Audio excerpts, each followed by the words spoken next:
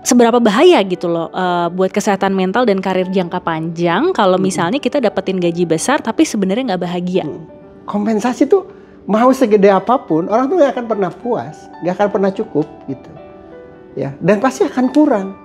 Karena ketika lo dapat gaji 6 juta gitu, ya lo berjuang untuk bertahan dengan gaji 6 juta. Ketika naik gajinya jadi 7 misalnya dan seterusnya, apakah masih mau hidup dengan standar 6 juta? Kan belum tentu. Kalau gaji kan akan sesuai dengan kemampuan perusahaan, kompetensi kita, ketersediaan lapangan kerja. Itu kan nggak bisa kita kontrol penuh gitu. Tapi bahagia mana yang bisa kita kontrol? Yang bahagia. Menurut aku sih pegang dulu yang bisa kita kontrol. Ada company yang mau nawarin lu gaji gede banget. Itu pasti nggak gratis. Gimana sih caranya resign yang baik dan benar? Beli tiket buat ke pulau, sarapannya telur dadar gitu. Kalau anak-anak tiket lagi galau, ada pundak Pak Dudi buat bersandar gitu kan.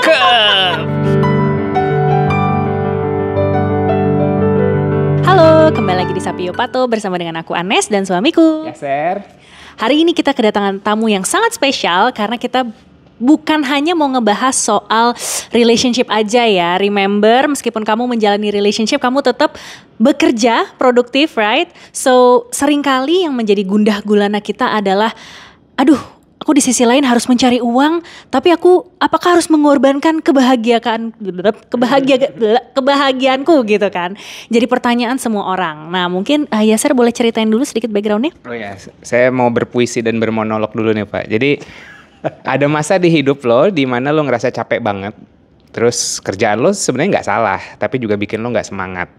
Gajinya oke, tapi setiap Senin pagi rasanya pengen kabur. Lalu lo mulai mikir apa gua harus pindah or resign aja.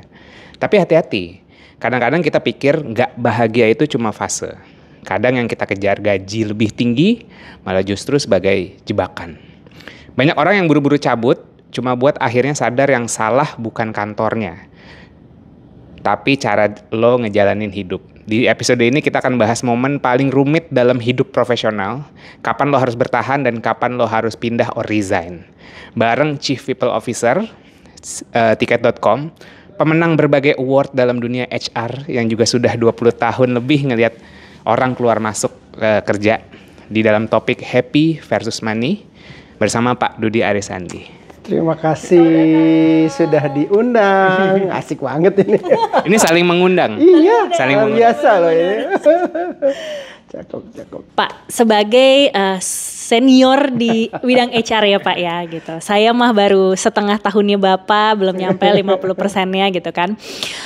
Kita sering kali melihat orang keluar masuk dan itu wajar ya Pak ya. Namanya di dunia kerja pasti kan orang-orang itu ada yang memang bekerja karena secara finansial, punya motivasi lain, mungkin networking, karir dan segala macam. Tapi seringkali juga nih Pak, ketika misalnya ada orang yang mau pindah ke tempat kerja gitu kan, mungkin mereka mengambil keputusan tuh agak mix nih Pak, mix antara rasional atau emosional. Nah, ini menarik banget karena sebagai HR yang sekarang jadi career coach, aku tuh banyak menemukan coach-coach aku Pak, mereka tuh suka bingung dalam decision making mau pindah. Bosku nggak enak, udah deh aku mau pindah aja gitu. Tapi pindah ke tempat lain belum tentu kan bosnya enak juga gitu kan Pak. Jadi mungkin Bapak boleh sharing atau cerita nggak? Bapak mungkin punya tips mendeteksi orang yang resign karena keputusan emosional bukan karena rasional. Apakah itu bagus atau sebenarnya masih oke-oke aja sih Pak? Kalau dibilang bisa saya mendeteksi atau enggak, saya juga bukan cenayang ya. Iya benar sih Pak. Bukan cenayang dilihat dari raut muka gitu, dari senyum apakah orang ini salah memilih keputusan atau enggak bisa gitu ya. Justru yang diperlukan di situasi ini tuh ngobrol ya, diskusi. Kita juga nggak bisa judgement gitu ya bahwa setiap orang tuh resign tuh karena satu alasan saja gitu. Pasti akan banyak alasan. Bahkan kalau konteks Indonesia kadang-kadang kalau udah ngomongnya sama HR tuh alasannya tuh yang supaya tidak membuat dirinya di blacklist kemudian hari kan gitu. Seolah-olah bilangnya saya mau melanjutkan karir atau saya mau sekolah, padahal bulan berikutnya dia malah ada di company yang Paling lain. aman tuh, mau Nyari lanjut aman. sekolah, jagain bapak ibu Jagain di bapak rumah. ibu, ada keluarga yang sakit, tahu-taunya ada di tempat yang berbeda gitu ya. Bahkan mungkin kompetitor gitu ya. Karena jaga image juga, jaga supaya jangan ada hubungan yang buruk gitu ya. Tapi sebetulnya saya lagi, makanya yang diperlukan adalah, dan ini udah dua belah pihak ya, both side gitu ya. Yakin bahwa semua orang akan resign pada waktunya, katanya kata pepatahan gitu ya. Entah apapun caranya, paling ujung paling pensiun kan gitu ya. Itu kan juga bagian dari resign sebetulnya ya, tapi by aturan gitu. Nah, ketika kita ngomongin konteks apakah keputusan yang diambil itu tepat atau enggak, itu buru-buru, emosional gitu, itu baru bisa muncul kalau ngobrol. Yang mau resign juga harus terbuka. Karena lu nggak bisa nggak bisa berharap bahwa bos lu, HR atau siapapun bisa baca pikiran lu kalau lu nggak ngomong. Betul. Sebenarnya jadi problem itu apa sih sebetulnya gitu. Sebaliknya HR atau atasan juga nggak bisa langsung judging nih orang resign gara-gara duitnya kurang. Jangan-jangan bukan duitnya kurang. Jangan-jangan treatment ke dia dari atasannya tadi juga nggak bagus sehingga orang itu akhirnya memutuskan resign. Karena nggak sedikit orang resign tuh bukan, bahkan ada yang mau sampai turun gaji loh gitu. Ya kan ternyata bukan itu gitu. Ternyata hubungan di tempat kerja gitu ya, relationship di tempat kerja itu bahkan jauh lebih penting kadang-kadang gitu ya. Menjadi alasan orang untuk stay juga gitu.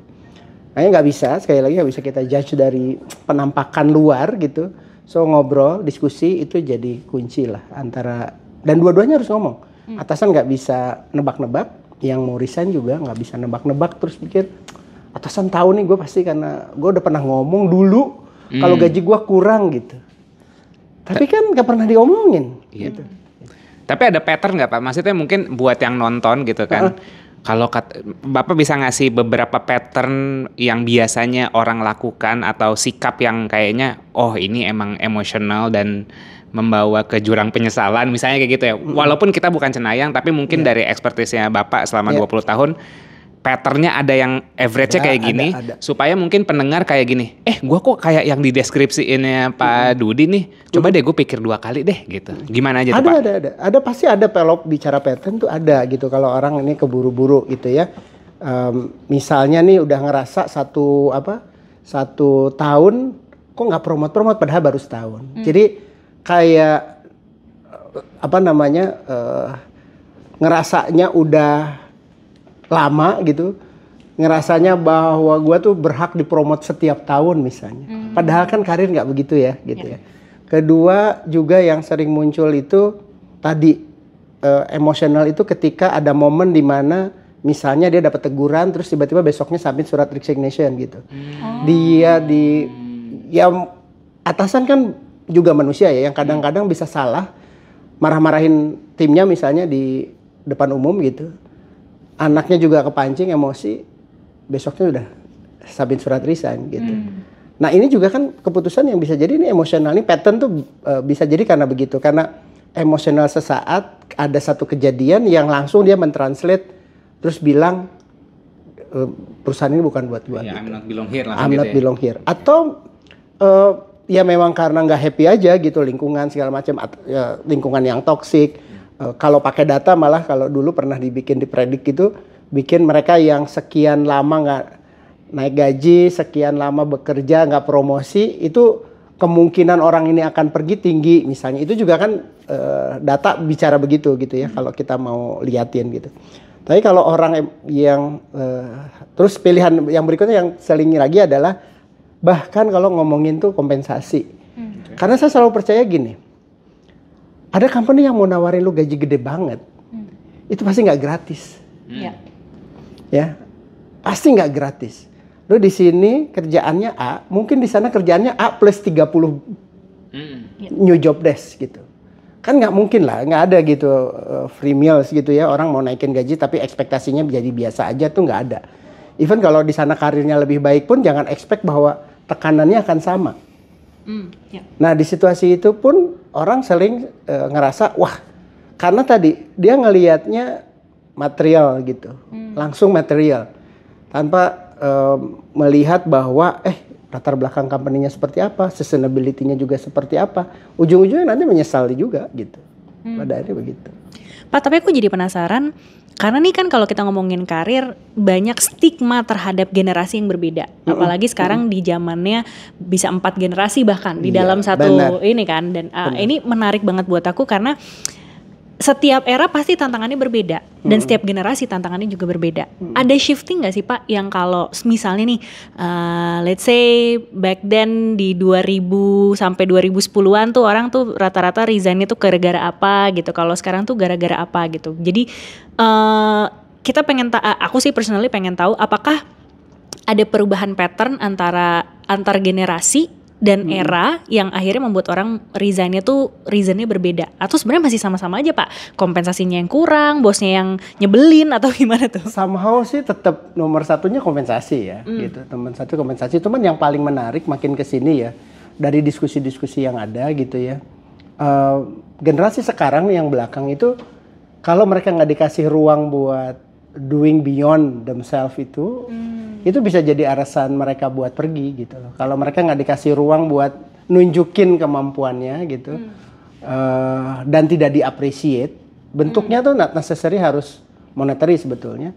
Mereka bisa jauh lebih cepat pergi dan decisionnya somehow tuh mungkin karena anak yang generasi terbaru ini masih punya orang tua yang bisa support kali ya gitu ya. Beda dengan kalau yang sebelumnya, generasi sebelumnya kan makin kesini mungkin mereka lebih hati-hati dalam pengambilan keputusan untuk pergi kan.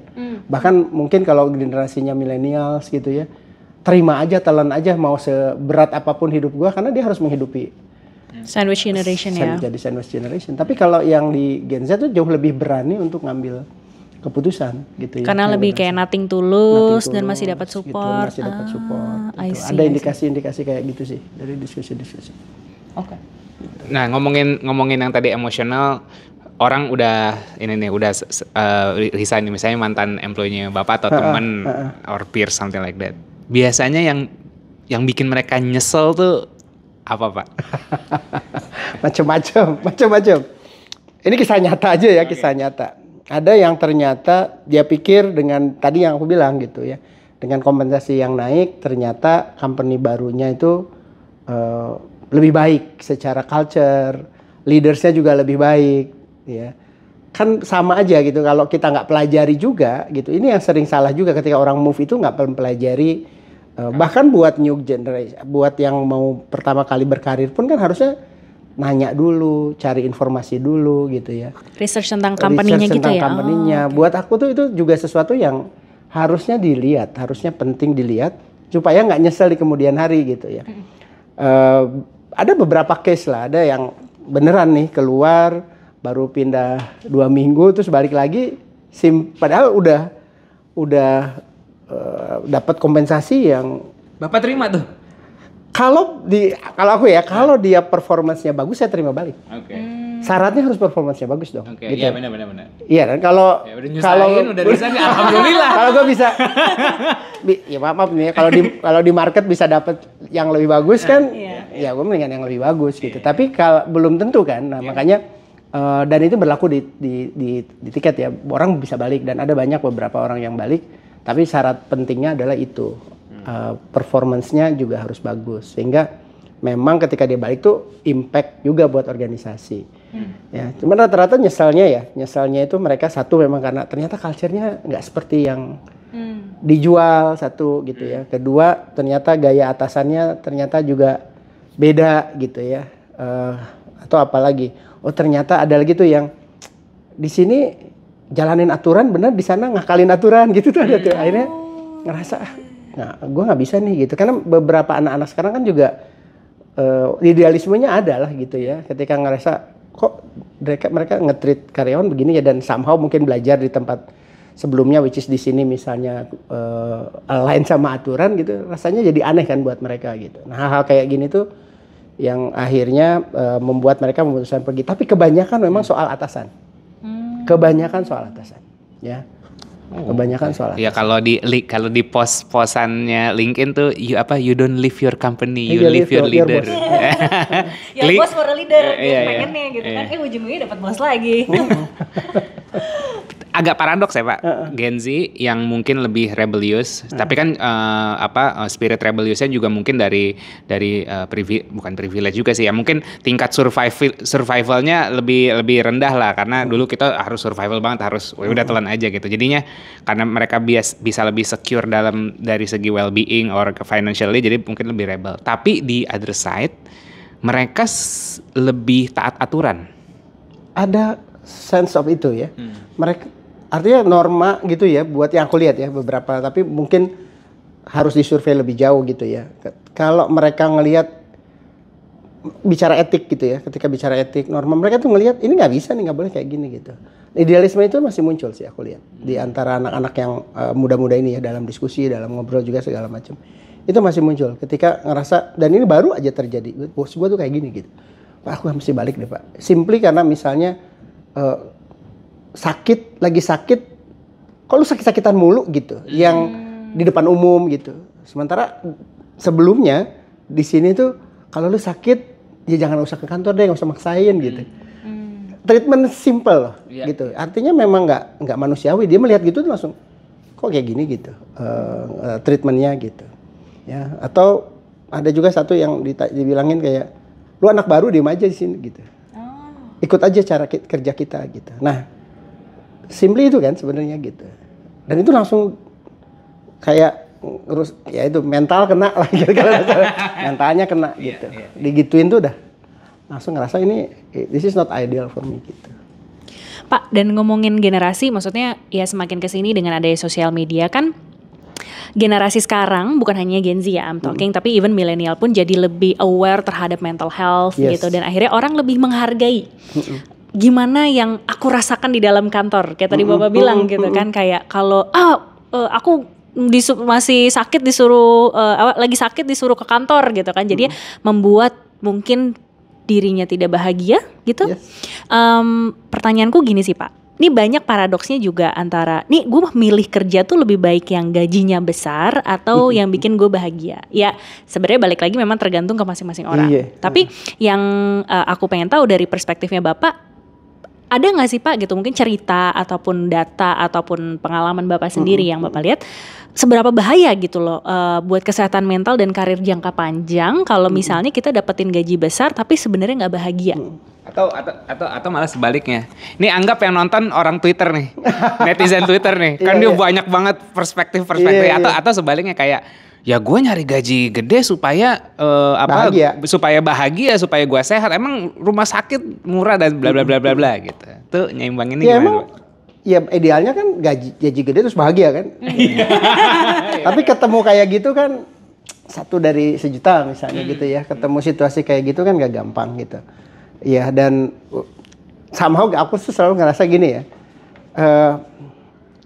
bahagia tuh yang kita yang harus perjuangkan kan gitu, bukan datang gitu. Karena bahagia tuh kita kontrol gitu, kita yang punya kontrolnya gitu. Jadi masih diperjuangkan makanya untuk bisa bahagia tadi gitu. Kalau ngomongin angka dari dulu ya, ngomongin numbers, kalau ada employee survey kan pernah di HR lah, employee survey gitu. Selalu yang paling dianggap nggak puas apa coba? Kompensasi, bener sih. Kompensasi tuh mau segede apapun orang tuh gak akan pernah puas, gak akan pernah cukup gitu, ya. Dan pasti akan kurang, karena ketika lo dapat gaji 6 juta gitu, ya lo berjuang untuk bertahan dengan gaji 6 juta. Ketika naik gajinya jadi 7 misalnya dan seterusnya, apakah masih mau hidup dengan standar 6 juta kan belum tentu. Dia naikin level. Apalagi kalau misalnya orangnya udah ngaco dari awal. Standarnya gajinya 6 juta, standar hidup 12 juta misalnya. Iya dong. Jadi akhirnya boro-boro bahagia yang tadi dipengen kan gak kejadian juga gitu. Jadi hidup sesuai dengan yang dimiliki itu kan sesuai dengan apa ya? Need sama want lah gitu ya. Dengan needs yang memang perlu ya udah itu. Dan banyak kok orang yang bisa survive dengan itu gitu ya. Dan mereka juga bahagia gitu. Jadi ekspektasi kitanya aja yang kadang-kadang atau gaya hidupnya tadi kita yang di atas apa yang kita miliki, akhirnya ya boro-boro bahagia mungkin ya. Tapi kalau harus milih gitu ya, yang pasti orang akan milih dua-duanya. Kalau ini tuh pasti nggak nggak ada orang yang mau milih ini. Cuman balik lagi yang kalau gaji kan akan sesuai dengan kemampuan perusahaan, kompetensi kita, ketersediaan lapangan kerja. Itu kan nggak bisa kita kontrol penuh gitu. Tapi bahagia mana yang bisa kita kontrol? Yang Diri bahagia. Menurut aku sih pegang dulu yang bisa kita kontrol. Artinya kan acceptance terhadap kondisi yang kita miliki gitu ya. Binder lah gitu. Saya juga pernah Gen Z gitu ya dulu. Kan itu hanya soal terminologi ya, generasi. Iya, ini kan soal generasi itu kan generasi ini kan terminologi marketing gitu ya. lah, emang orang marketing suka memecah belah gitu ya. Emang orang marketing gitu ya, coach. Ini kan kerjaannya kita aja, tapi sebenarnya kan yang membedakan itu adalah peristiwa-peristiwa yang fase hidup lah gitu ya, fase hidup yang membedakan di setiap orang gitu ya. Kalau ngomongin Gen Z yang mau disalahin sih sebenarnya bukan lingkungan, bapak ibunya Gen X kan gitu ya. Karena mereka sibuk, anak dari kecil udah langsung kepapar sama sosial media gitu ya, informasi yang begitu cepat ya akhirnya ya seperti sekarang gitu ya. Jadi nggak bisa disalahin lah. So aku ngerasa sekali lagi soal bahagia tadi gitu dengan ini ya. Mana yang bisa kita kontrol duluan aja gitu ya. Menerima, dan saya pernah gitu kan dulu keterima kerja pas-pasan, tekanan jadi generasi sandwich gitu ya. Adik 3, bapak meninggal, adik 3 masih kuliah semuanya gitu. Anak pertama. Wih, gokil. Salut. Gitu, dengan baru nikah dan anak juga masih kecil gitu. Kebayang kayaknya kalau mau frustasi gede ya itu momennya gitu ya, waktu reasonable banget untuk frustasi saat itu. Tapi ya kan mesti survive. Jadi kita yang kontrol apa yang kita bisa kontrol aja gitu. Dan kalau kita namanya tempat kerja ya stay perform aja. Gitu. Dan di saat Bapak ngelewatin fase itu jadi orang yang lebih wise kan? Iya. Bukan dihindarin, bukan nyari yang enak. Gak bisa dihindarin. Gak bisa. Lu gak bisa hindarin itu. Lu bisa minta balik gitu, bapakku disuruh ada lagi kan gak bisa. Gitu. Atau kalau bisa jangan punya adik 3 gitu. Iya. Gitu ya. Susah jadi, nih gitu. Maksudnya kalau ya kan tiap orang mungkin fase hidupnya beda-beda dan masalah hidupnya beda-beda. Namun sebenarnya kalau bisa ditarik garis benang merah. Oh ya, benang merahnya maksudnya kayak lihat juga sama kondisi hidup lo kayak gimana gitu. Nah, ini ngobrol santai ya Pak ya. Bapak tahu gak berapa persen, let's say yang di tiket.com nih karyawannya yang orang luar daerah sama yang orang Jakarta? Ini dulu nih. Pertama dulu aku mau nanya tuh. Aku sih kalau ngelihat profilingnya ya gitu, boleh dibilang tuh bisa 40-60 gitu. Yang 60 yang mana? 40% itu yang aku ngomongnya Jabodetabek ya. Iya, Jabodetabek 60% Jabodetabek, 40% di luar Jabodetabek deh. Oke. Sepertinya begitu. Oke. Ada gue mau jebak. Ada perbedaan rasa bersyukur gak antara orang Jabodetabek dan di luar Jabodetabek? Aduh. Karena maksudnya kayak biasanya orang-orang daerah yang mungkin standar ya lifestyle-nya juga nggak dalam tanda kutip ya. Ini simplifikasi aja, hedon lah let's say gitu kan. Kopinya mungkin nggak 60.000, 50.000 kopi saset aja gitu kan. Gaji sekian segala macam survive gitu. Terus ke Jakarta dapat yang so-so lah average, itu pun kayak tabungannya jadi banyak gitu kan. Makanya tadi aku sebenarnya ke-trigger tuh sama kayak lifestyle lo aja 12 juta ya, gaji 6 juta ya bakal kecil banget gitu. Nah, itu kan mungkin kalau judgingnya aku gitu ya, anak-anak kota yang memang udah lifestyle-nya tinggi tuh. Enggak juga sih. Enggak juga. Kalau menurutku aku juga nggak bisa judging ya, karena harus ada data, benar-benar dicari datanya gitu ya. Tapi kalau aku ngelihat sih ya yang asli Jakarta juga kan dihitung-hitung, mungkin siapa sih yang asli Jakarta rata-rata pendatang anyway gitu ya, cuman karena tinggalnya aja di sini. Dan akhirnya ketika tingkat survive seseorang, acceptance terhadap kondisi itu kan berangkat dari mana sih? Dari keluarga. Berangkat dari rumah, berangkat dari edukasinya orang tua gitu ya. Berangkat dari pertemanan dengan sekitarnya. Lu kalau temenan sama orang yang nongkrongnya di kopi mahal ya akan jadi hidupnya akan seperti itu mungkin gitu ya. Kalau nunggu ditraktir terus kan juga nggak mungkin gitu ya. Jadi akhirnya lingkungan sekitar yang menyebabkan perilaku orang seperti adanya mereka hari ini kan, seperti itu. Jadi nggak bisa aku bilang bahwa oh yang 40% lebih apa? Lebih bersyukur. Bersyukur gitu. Hanya enggak deh. Enggak ya? Enggak lebih demanding lah maksudnya, enggak ya? Justru gini ya, mungkin aku kalau mau boleh kasih opini juga bahwa bedanya mungkin mereka lebih speak up gitu biasanya. Walaupun itu sekali lagi ya, itu juga harus diukur. Tapi somehow mereka yang terpapar dengan informasi lebih cepat dan lain-lain itu mereka mungkin lebih speak up justru. Lebih mau ngomong gitu ya. Bedakan antara menerima dan bersyukur juga gitu ya. Nerimo dan bersyukur tuh beda. Buat aku tuh beda banget gitu ya. Malah kalau orang nggak menyampaikan idenya, menyampaikan gundah gulananya, justru jangan-jangan orang itu malah cuma nerimo doang tapi nggak bersyukur gitu. Paham. Gitu, karena itu bagian buat saya tuh mensyukuri hidup itu termasuk mempertanyakan gue bisa lebih baik gak sih gitu. Iya. Refleksi. Pak, ini dari tadi ngomongin mensyukuri hidup, belajar untuk bahagia. Oh, kayak tausiah jadi. Apaan sih nih? Gitu kan? Jangan. Kan temanya nggak gitu. Tapi ini harus pakai peci harusnya tadi gitu. Tapi ini relate banget Pak, karena kan kalau istilah termsnya anak sekarang kan adulting gitu kan. Ya kita semua pernah ada di masa itu lah Pak. Dan siapa sih orang yang bisa ngasih tahu kita tentang adulting gitu? There's no such school, there's no such apa ya? Ya kayak tadi kita belajar bersyukur dari tausiah, tapi itu lebih kayak mungkin dalam perspektif agama belum tentu orang ngerti diaplikasiin dalam pekerjaan ataupun relationship seperti apa gitu kan. Artinya aku ngeliat gini, tentunya masih banyak gap gitu ya yang aku lihat terjadi di lapangan, bahwa kalau misalnya sebenarnya kita ajarin generasi-generasi muda ini gitu kan untuk sesimpel tadi gimana sih caranya bersyukur dalam konteks pekerjaan ataupun relationship dengan kapasitas dan situasi lo aja gitu kan.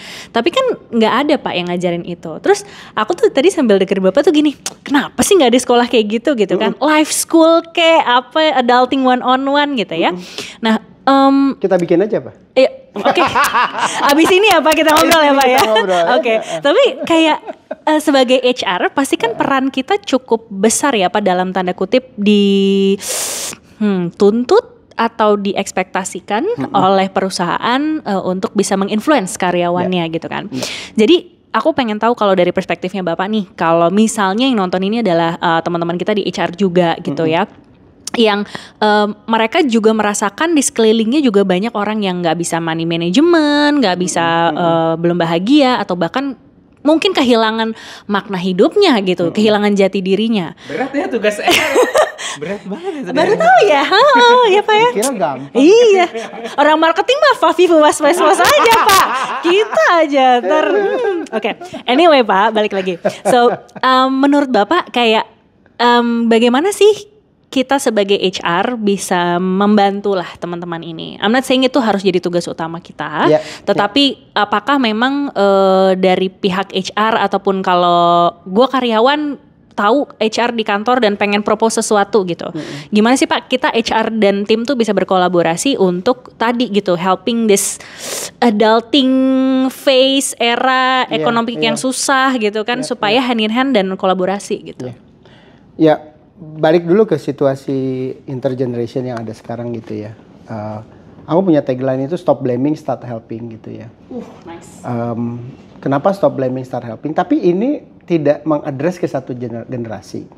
Artinya gini, kalau ada gap antar misalnya Gen X dengan Gen Z atau Baby Boomer dengan Gen Z, dua-duanya juga harus saling bantu. Stop blaming. Yang muda jangan ngeblame bahwa atas itu nggak bisa berubah.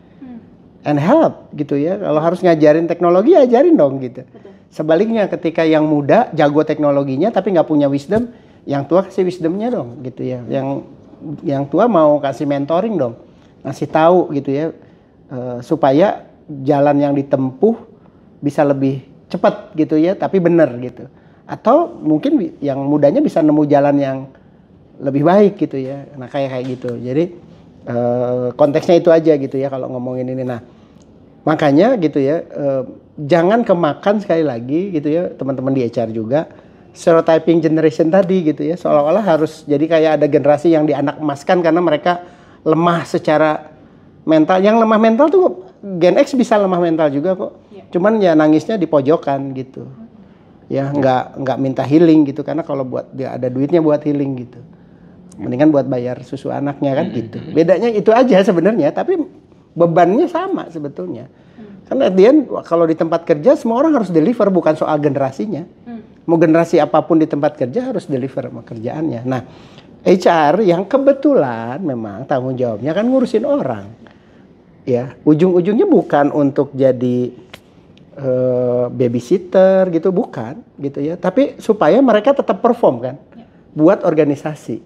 Kan tujuannya itu. Dan ketika kita di HR punya kewenangan untuk melakukan itu, memastikan karyawan perform dengan banyak cara, dan kita punya otoritasnya, punya duitnya segala macam, ya create something relate to itu gitu. Ya, simply dengan mendengarkan gitu ya. Di kita ada toolsnya kebetulan, memangnya ada tools digital gitu ya, orang bisa curhat gitu ya, orang bisa anonimus bahkan gitu ya. Terus kita liatin patternnya gitu ya, apa yang sebenarnya yang jadi isu di tiket misalnya, atau bahkan personal, nih anak nih punya personal isu apa gitu ya, dan itu kan bisa kita address ya, supaya isunya nggak membesar gitu ya, tiket bisa jadi tempat kerja yang terus berusaha lebih baik gitu. Itu kan upaya yang kita lakukan dari simply mendengarkan sebenarnya, dan memang pakai teknologi. Dulu sih bercandaan saya tuh beli tiket buat ke pulau, sarapannya telur dadar gitu. Kalau anak-anak tiket lagi galau, ada pundak Pak Dudi buat bersandar gitu kan. Tapi kan dulu ya, karyawannya masih 400, 500. Tiba-tiba karyawan udah 1.200 di 10 negara gitu.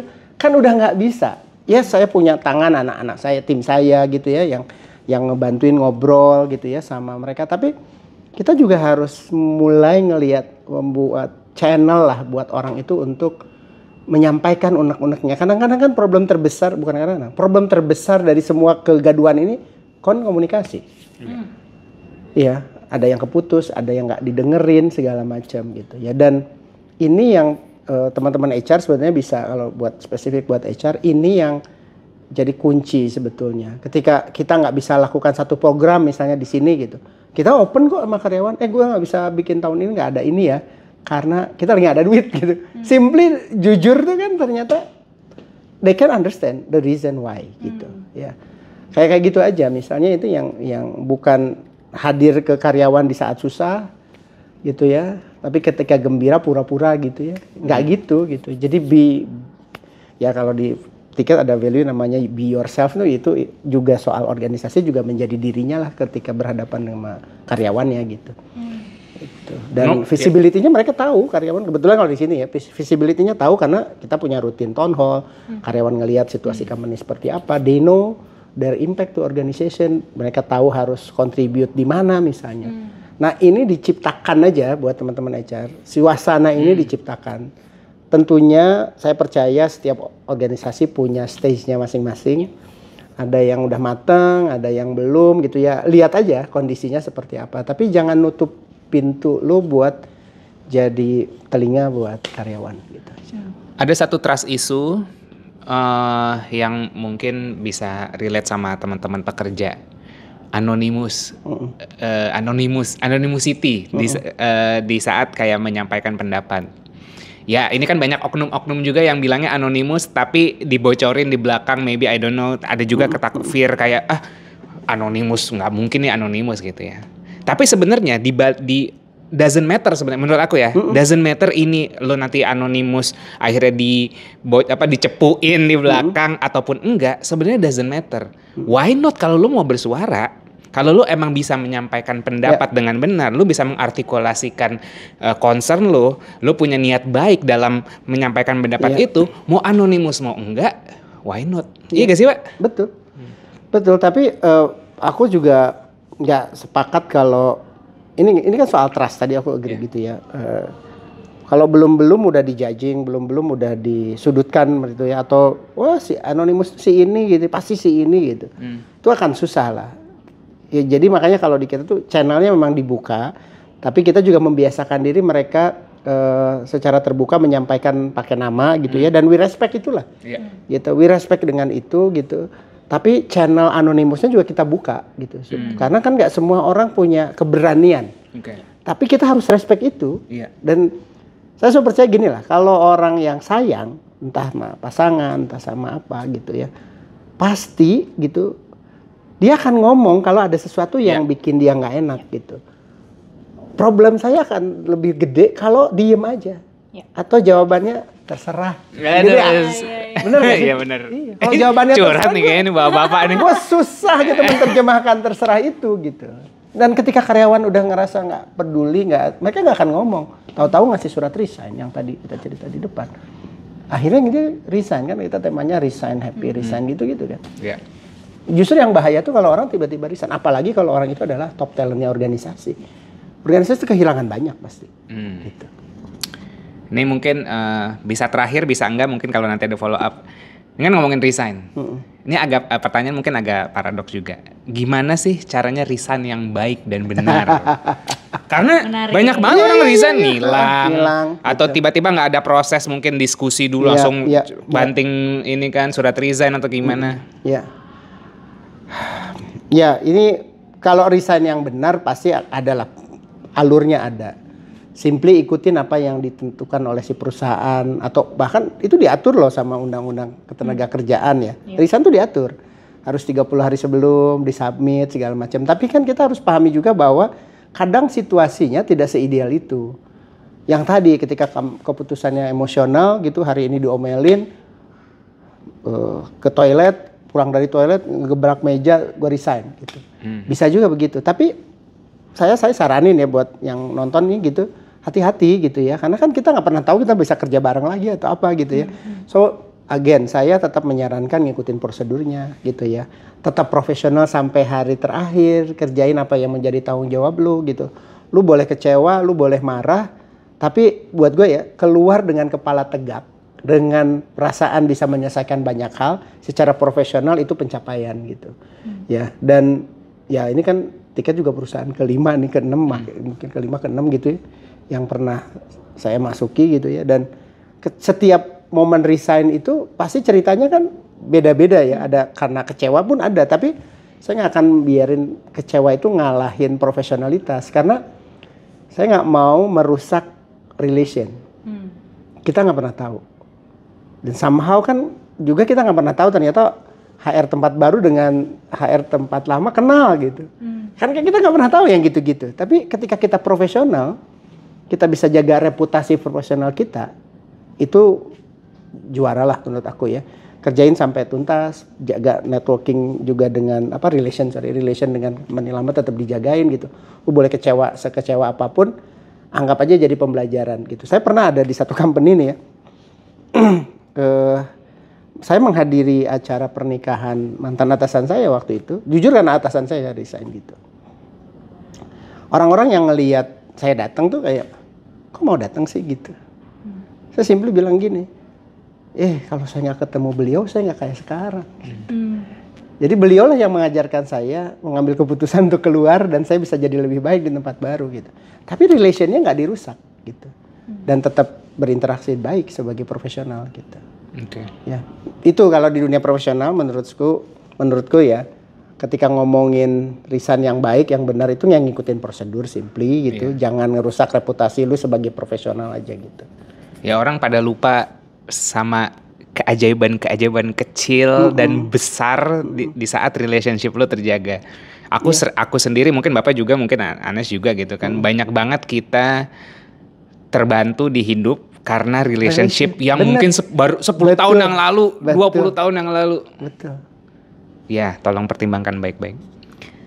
Dan aku sebenarnya jadi pengen nanyain Wisdom. Iya dong. Ini kan lagi nyari wejangan ceritanya. Oke.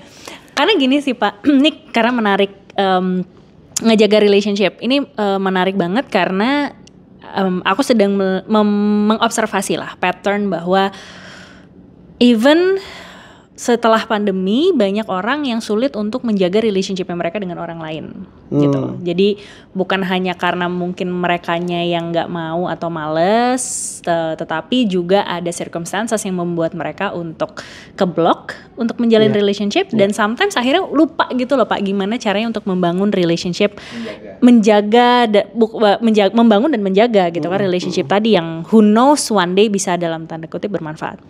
Nah Pak, ngomongin soal relationship itu sebenarnya kan nggak jauh-jauh biasanya nih.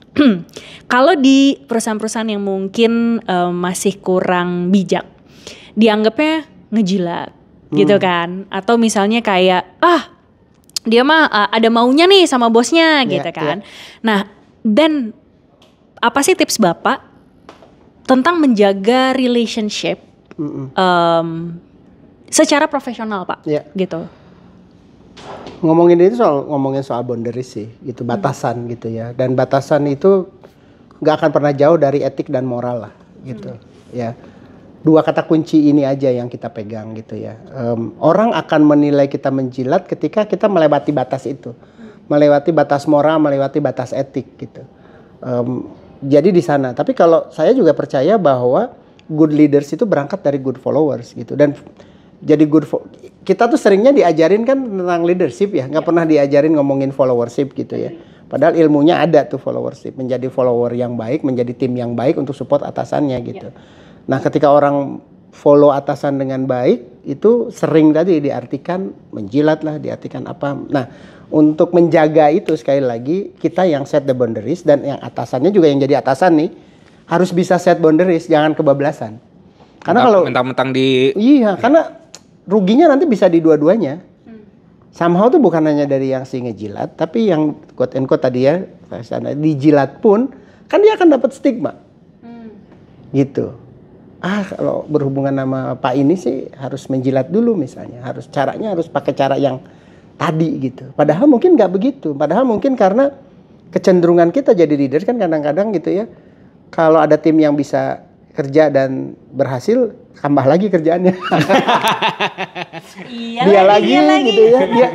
Dia lagi kita kasih karena tahu kalau yang si itu yang ngerjain nggak akan beres gitu. Sebenarnya itu kalau kita jadi satu kadang suka gitu, tapi kan unfair buat yang bisa ngerjain tadi sebenarnya. Dilema ya sebenarnya ya. Gitu. Oke. Mungkin mungkin Bapak bisa ngasih something ke para pendengar, kayak ini kan ngomongin happy versus money ya ini aja sih, kayak kita labelkan aja, tapi kan sebenarnya yang kita cari kan ini terdengar tausiah lah gini, meaning and purpose lah di karir gitu. Boleh kasih tahu gak sih Pak ke pendengar kayak meaningful and purposeful karir tuh yang kayak gimana sih? Oke. Kalau my definition ya, kalau ngomongin purposeful karir gitu, kalau orang Sunda ngomong PMF ketemu suka belibet gitu ya. Tapi ngomongin purposeful karir itu buat saya itu orang itu melakukan pekerjaan tuh beyond dari pekerjaannya aja gitu ya. Artinya dia udah mikirin bahwa pekerjaan saya ini akan tidak hanya berdampak buat saya, tapi berdampak buat sekitar saya, orang lain di sekitar saya, lingkungan saya, kota saya, Indonesia, dunia. Jadi dampak yang luas itu purposeful karir buat saya. Jadi dan itu bisa simply kalau saya bekerja, kenapa sih saya mau kerja di Tiket gitu? Kalau pariwisata Indonesia keren, itu banyak banget orang di Indonesia ini yang akan kebantu. Bali akan rame lagi. Mbok Luh di Pantai Kute itu akan bisa ngepangin rambut lebih banyak customer, biasa sekolahin anaknya dan seterusnya. Itu purposeful karir. Jadi kita nggak hanya melihat karir kita sebatas duit, datang kerja pulang gitu. Itu purposeful karir. Nah kalau meaningful karir buat saya itu lebih ke inward. Tadi kan outward. Kalau ini inward. Jadi bagaimana kita sebagai profesional tuh merasa pekerjaan ini gitu ya, karir ini itu sudah memenuhi apa yang saya pengen, apa yang saya harapkan. Saya dihargai, saya diberi kesempatan tumbuh di perusahaan gitu kan. Kemudian mungkin buat sebagian orang kerja sesuai passion katanya gitu ya, walaupun hati-hati ya kalau bicara ngomong passion bisa satu episode sendiri gitu ya. Tapi itu bagian dari meaningful karir gitu ya, bahwa ternyata pekerjaan itu bermakna untuk dirinya tumbuh. Oke. Ya sebagai profesional. Kalau tadi impact ke orang lain jadi outward, kalau meaningful tuh inward kalau versinya saya. Gitu. Alright, udah sih. Siap. Mantap. Oke. Cakep. Oke, siap. Pak Dudi, Yes. terima kasih banyak Thank atas you. sharing life wisdomnya. Semoga teman-teman di sini bisa mendapatkan manfaat bukan hanya dari sisi perkariran aja gitu ya, antara kerja atau happy, tetapi juga bisa dapetin sesuatu untuk diri kamu sendiri, terutama untuk mendapatkan bahkan building your career gitu kan, purposeful. Sama aja Pak, purposeful dan juga meaningful gitu. Oke, jangan lupa subscribe, follow dan komen kalau misalnya kamu juga pengen bahasan berikutnya, mau tahu tentang apa, hopefully nanti kita bisa ngundang tamu-tamu lainnya. Terima kasih Pak Terima Dudi sekali kasih lagi. sudah diundang. Sama-sama, sampai jumpa. Sampai ketemu ya.